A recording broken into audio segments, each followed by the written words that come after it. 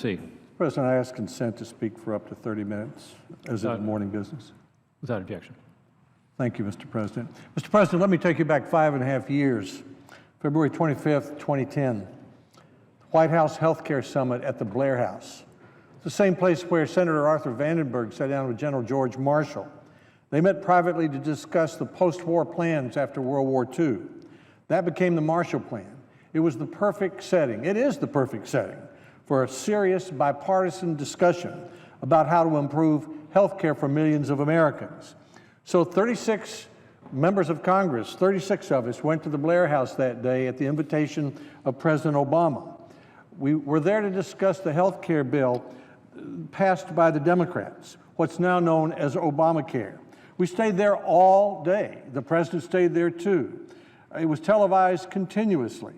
Both then Minority Leader Boehner and Republican Leader McConnell asked me to lead off in speaking for Republicans. I said to the president there that I was there not only to represent the view of Republicans, but I was there as a former governor, and that I would like to have a chance to speak for the governors as well, because governors managing states had a big stake in all of this. I said, too, that I was at the summit to represent the views of a great many of the American people who have tried to say in every way they knew, through town meetings, through surveys, through elections in Virginia and New Jersey and Massachusetts, that they oppose the health care bill that was passed in the Senate in the middle of a snowstorm on Christmas Eve. I warned the president then about the unfortunate consequences of Obamacare for millions of Americans. I said to the president that this would send an unfunded Medicaid mandate to states. I said, quote, "It will cut Medicare by about $500 billion. It will spend most of that on new programs. It means there will be $500 billion of new taxes in it. It means that for millions of people, premiums will go up, because when people pay for those new taxes, premiums will go up. And they will also go up because of the government mandates." That's what I said 5.5 years ago. I said directly to the president then that instead of this partisan plan passed without the support of a single Republican in the Senate, that we Republicans were prepared to work with him to reform health care. I said 5.5 years ago to the president, we need to start over and to go step by step in a different direction toward the goal of reducing health care costs. I said then that this means working together in the way that General Marshall and Senator Vandenberg did following World War II. And it means going step by step together to re-earn the trust of the American people. Those were my words to the President of the United States at the Health Care Summit 5.5 years ago. Mr. President, the President and the Congressional Democrats listened all day, but they didn't take any of my advice, and hardly any of the advice of my Republican colleagues, about what the disastrous outcomes of Obamacare would be. So more than 5 years after the law was passed, nearly 2 years into its implementation, we can say one thing without question. The unfortunate reality for the American people is that they are struggling with Obamacare, and that 5.5 years ago, Republicans were right. Obamacare was and is an historic mistake.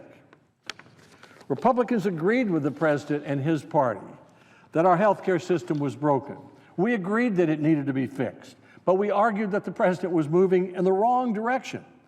What Obamacare did was to expand a broken system that everyone knew was too expensive. Republicans said so at the summit in February of 2010, and the facts today show that we were right. Let's take a closer look at what Republicans said then, nearly 6 years ago, and what unfortunately came true. Let's look also at what Democrats predicted back then, or better put, what they promised, and which of their predictions and promises came true. Let's go through them one by one. First, Medicaid. During my opening remarks at the Blair House at the summit, I said this, quote, "Nothing used to make me madder as governor than when Washington politicians would get together, pass a bill, take credit for it, and send me, the governor, the bill to pay." That's exactly what this does.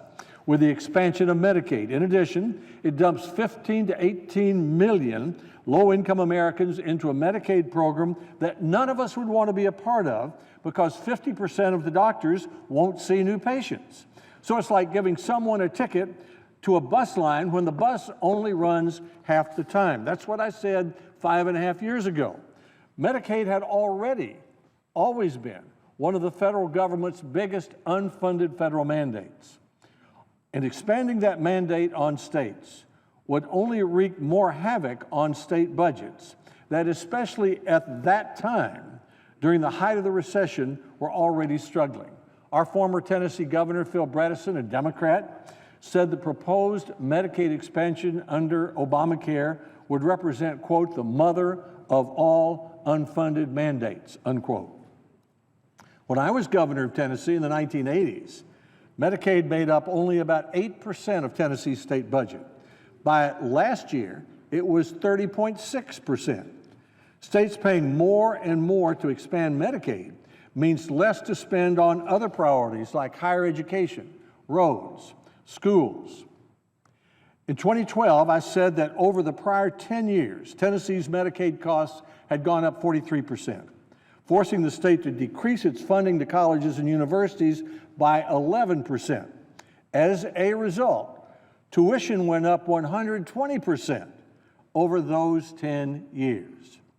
According to the Congressional Budget Office, the law will add 14 million new beneficiaries to struggling state Medicaid programs by 2025, at an extra cost of $46 billion to states and $847 billion to taxpayers, federal taxpayers, by 2025. And why is that so bad? I said at the time, and it's still true today, Medicaid's reimbursement rates are so low that only about half the doctors will even see Medicaid patients, and many of those aren't accepting new ones. It's not hard to see why expanding a failed program isn't good for Americans who need better health care. And another thing to consider is that states still haven't had yet to pay for covering the new Medicaid enrollees under the expansion. The federal government promised to pay 100% for the first few years, but starting in 2017, just in a couple of years, states will have to start paying 5% and eventually up to 10%. That may not seem like much in Washington terms, but it's a lot of money in state budgets. States may have to start raising income taxes or gas taxes or find some other place for them to find the money. But regardless of how it's paid for, expanding Medicaid puts a huge dent in state budgets. Does that mean less money for teachers' salaries? Does that mean tuition is going to have to go even higher at community colleges and state universities? Tennessee hasn't expanded Medicaid, but in its proposal to expand the program called Insure Tennessee, Governor Haslam anticipated an additional $35 million in costs to the state in 2017. In Illinois, Medicaid expansion will cost the state $208 million in 2020. In Kentucky's expansion, the state will have to pay $74 million in 2017, an estimated $336 million in 2021. Governor-elect Bevin hasn't started looking for ways to pay for that huge increase yet because he plans to try to repeal it. And if you can look at the figures, you can see why he's thinking about that. So we were right that Obamacare's enormous impact on Medicaid, and in turn, Medicaid's huge negative effect on state budgets. Second, higher premiums. When my turn came at the White House summit, I said directly to the president this, quote, the Congressional Budget Office report says that premiums will rise in the individual market, unquote, as a result of Obamacare. The president turned to me and said I was wrong about that. A little bit later in the day, I gave the president a letter from the Congressional Budget Office showing that they predicted that I would be right about that new non-group policies would be about 10 to 13% higher in 2016 than the average for non-group coverage in that same year under current law. In the same letter, I reminded the president his own chief actuary for the Centers for Medicaid and Medicaid Services agreed with the Congressional Budget Office. You might be thinking that things turned out better than I had predicted then, better than I had predicted, than the Congressional Budget Office had predicted, than the Joint Committee on Taxation had predicted, and the chief actuary for CMS had predicted, but we all were right, unfortunately. We all were right. Obamacare's premiums were and are higher for Americans with individual health care plans. We're talking about nearly 16 million Americans who purchase these individual plans. They buy these policies for themselves. And the cost of these plans is going through the roof, Mr. President. On June 1 of this year, the U.S. Department of Health and Human Services announced that nearly 700 individual and small group health plans in 41 states, plus the District of Columbia, had requested double-digit premium increases for 2016. In Tennessee, the rate hike was 36%. In Maryland, 26%. On average, 2016 premium increases for Oregon's biggest insurer on the state health exchange will be 25%. And for some smaller providers, more than 30%. South Dakotans, 63% for health insurance through the exchange. The list of states experiencing health care spikes goes on.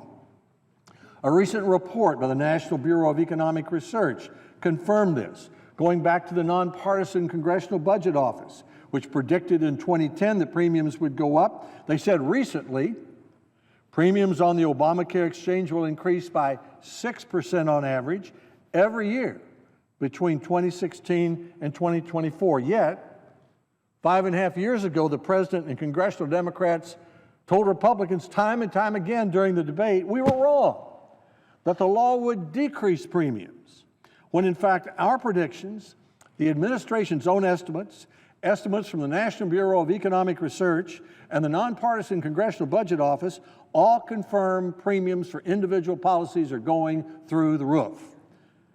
Third, Republicans said 5.5 years ago that Obamacare would increase taxes.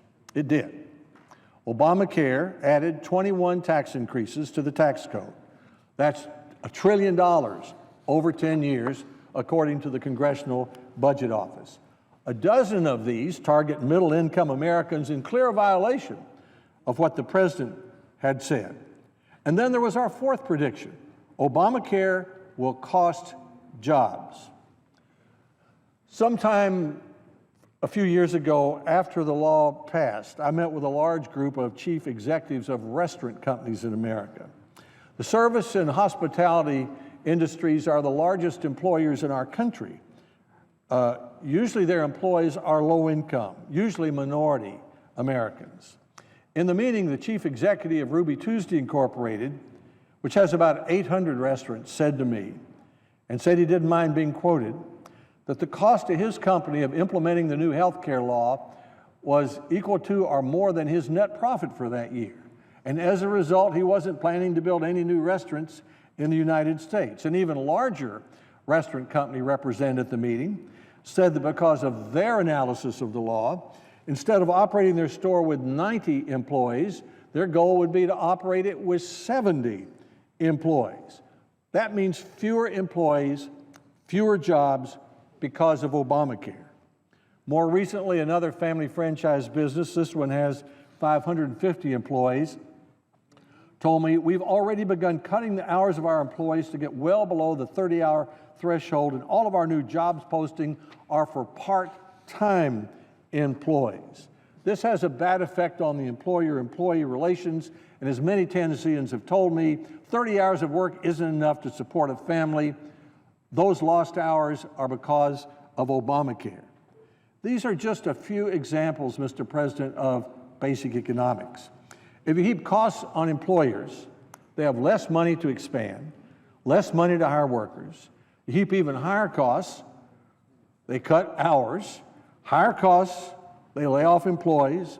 We've seen all three as a result of the employer mandate that says employers with more than 50 full-time employees need to provide health insurance. What's more, Obamacare went a step further and for the first time in our history defined full-time as a 30-hour work week. I asked the former Democratic chairman of our health committee, where'd that come from? France? And nobody knew where it came from. Full-time work in the United States has not typically been considered 30 hours, but it is in Obamacare. And it's causing large numbers of employees to be able to work only 28 or 29 hours because their employers can't afford to hire them as full-time employees. The Congressional Budget Office has projected that Obamacare will result in 2 million fewer full-time jobs in 2017 and 2.5 million fewer full-time jobs by 2024. At least 400 employers across the nation, including 100 school districts, have said Obamacare forced them to cut positions or reduce worker hours. Now, what we Republicans said would happen years ago was this: that Medicaid would destroy state budgets. It did. That premiums and taxes would go up. They have. And that jobs would be lost. They have. It's all unfortunately come true. Now, what did the President Obama, and congressional Democrats promise us about this law about the time of the health care summit 5.5 years ago? Were they right or were they wrong? Well, the most famous or infamous promise, which PolitiFact named, and I'll use their words, as the 2013 lie of the year, was the president's, quote, "If you like your plan, you can keep it." Millions of Americans learned very quickly when Obamacare was fully implemented in 2014, they wouldn't be able to keep the plans they liked. In October 2013, I received a letter from a woman, Emily, whom I met. She lives in Middle Tennessee. She has lupus. She was one of 16,000 Tennesseans who are part of a plan called Cover Tennessee. She wrote me about her chronic illness. She said she was deemed uninsurable, that the only way to insure her was through Cover Tennessee. She was glad to have that coverage, and she was glad to hear about Obamacare. And then she learned the truth. I cannot, she said, keep my current plan because it doesn't meet the standards of Obamacare coverage. This alone is a travesty. Her words, Cover Tennessee has been a lifeline for me. With the discontinuation of Cover Tennessee, Emily told me, I'm being forced to purchase a plan that will increase my costs by a staggering 410%. My out-of-pocket expense will increase by more than $6,000 a year. Please help me understand how this is, quote, affordable. This is Emily in Middle Tennessee. We could spend all day telling stories of Americans who liked their health care plans but weren't able to keep them under Obamacare. In November of 2013, it looked like that might be as many as 5 million Americans. The administration then did some last-minute regulatory fixes and lowered that number. But still many Americans lost their plans, as Emily did. The president also said, Medicare is a government program, but don't worry, I'm not going to touch it. Problem was, he did touch it. $700 billion worth was taken from Medicare to finance Obamacare. I said during the debate in 2009, Obamacare cut grandma's Medicare to spend on someone else's program, someone other than grandma. Obamacare, I said, would do that at a time when the Medicare trustees have told us that Medicare is going broke if we don't fix it. That's their job to tell us that. I said then, I think what they're saying to us is if you're going to cut grandma's Medicare, you ought to spend the money on grandma instead of spending it on something else, end quote. Again, the president went against the promise he repeated over and over again and raided a program that serves more than 55 million older Americans. In summary, Mr. President, unfortunately, Republicans were right when we said 5 years ago that Obamacare would force spikes in state Medicaid spending, increase premium and taxes, and hurt jobs. And as right as we were, the Democrats were wrong. They said that you could keep your plan if you liked it. They were wrong about that. They said Medicare wouldn't be affected. They were wrong about that. And finally, we all agreed that health care needed to be fixed. So how did we end up with a law that was such an historic mistake? Well, one big reason is the debate over Obamacare wasn't really a debate. If it had been, we might not find ourselves in a mess today. The Senate Democratic leader then had a filibuster-proof majority. He didn't think he needed Republican ideas, so they didn't take them. They passed a Democrat bill. They voted for it. We voted against it. We sat here in a snowstorm on Christmas Eve when they had 60 votes, and they unveiled a bill filled to the brim with items from each Democratic member's wish list. Along with our warnings about what would happen, we offered a lot of thoughtful ideas about how to fix the healthcare system in a way that we thought would lower costs and expand access while making sure patients didn't lose control over their own health care. But Democrats also had a majority in the House. They had a Democratic president. They didn't need our ideas, so we got Obamacare. So what do we Republicans have to offer Americans? Mr. President, how much time do I have remaining? How much time? 9 minutes. How much? Senator has 9 minutes. 9. Thank you, Mr. President. I'll wrap up. I see the senator from Washington here.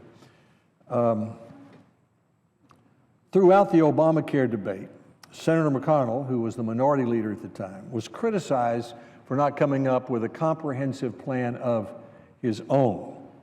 We told the president and the congressional Democrats not to hold their breath waiting for McConnell care. Don't hold your breath waiting for Senator McConnell to come in with a wheelbarrow filled with a 2,700-page bill of his own, because that's not how we believe the healthcare system ought to be fixed. We're policy skeptics. We doubt that anyone up here in Washington, Republicans, Democrats, independents, have the wisdom to fix such a complex system everywhere in America all at once. The wisest course would be to try to fix our healthcare system step by step in a way that emphasizes more choices and lower costs. This approach to healthcare reform is not something that Republicans cooked up last month.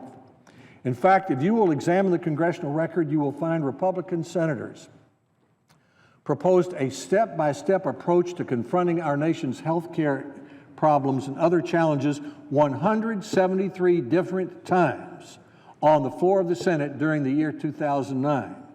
173 times we talked about our step-by-step different direction for health care, almost none of which was included in Obamacare, because they had the votes and they didn't need our ideas. I had hoped the president would listen to us and work with us at the Blair House. Emphasize more freedom, more choices, lower costs, but that didn't happen. We suggested allowing individuals to buy a health care plan in any state that meets their needs. We suggested reducing junk lawsuits against doctors. That only increased costs. We suggested expanding health savings accounts and other mechanisms allowing individuals to control how they spend their own health care dollars. We suggested returning power to the states to regulate their own markets and lower costs. We suggested allowing small businesses to assist employees in purchasing insurance and look at other ways to support employers offering health care benefits to their employees. We had specific legislative proposals to do these things.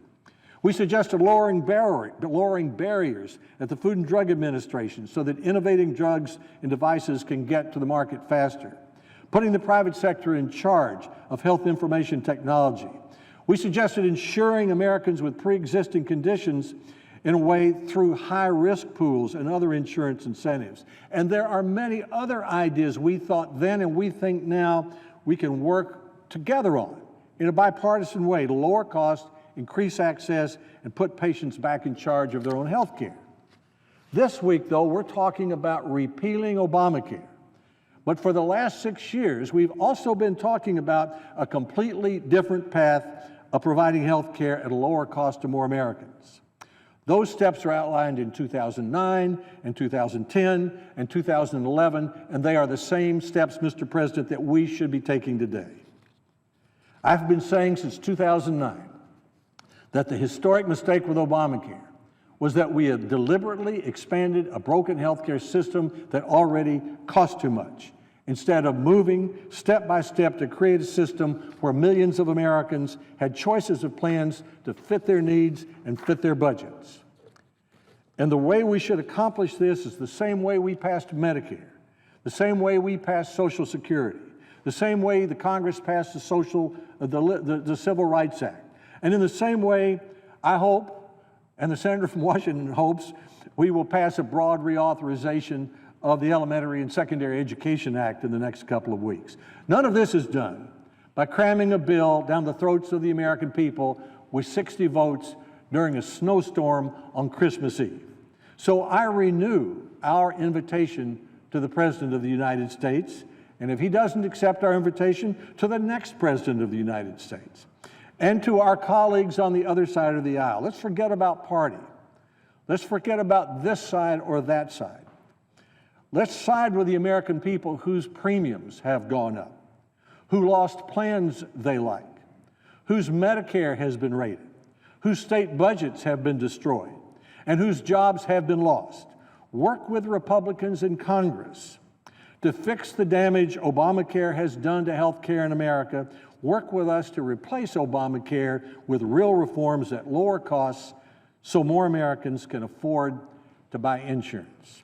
Mr. President, I ask permission to include, following my remarks, my comments at the Healthcare Summit in February of 2010 and the letter that I handed to President Obama following our debate at the Healthcare Summit in 2010, and I yield the floor.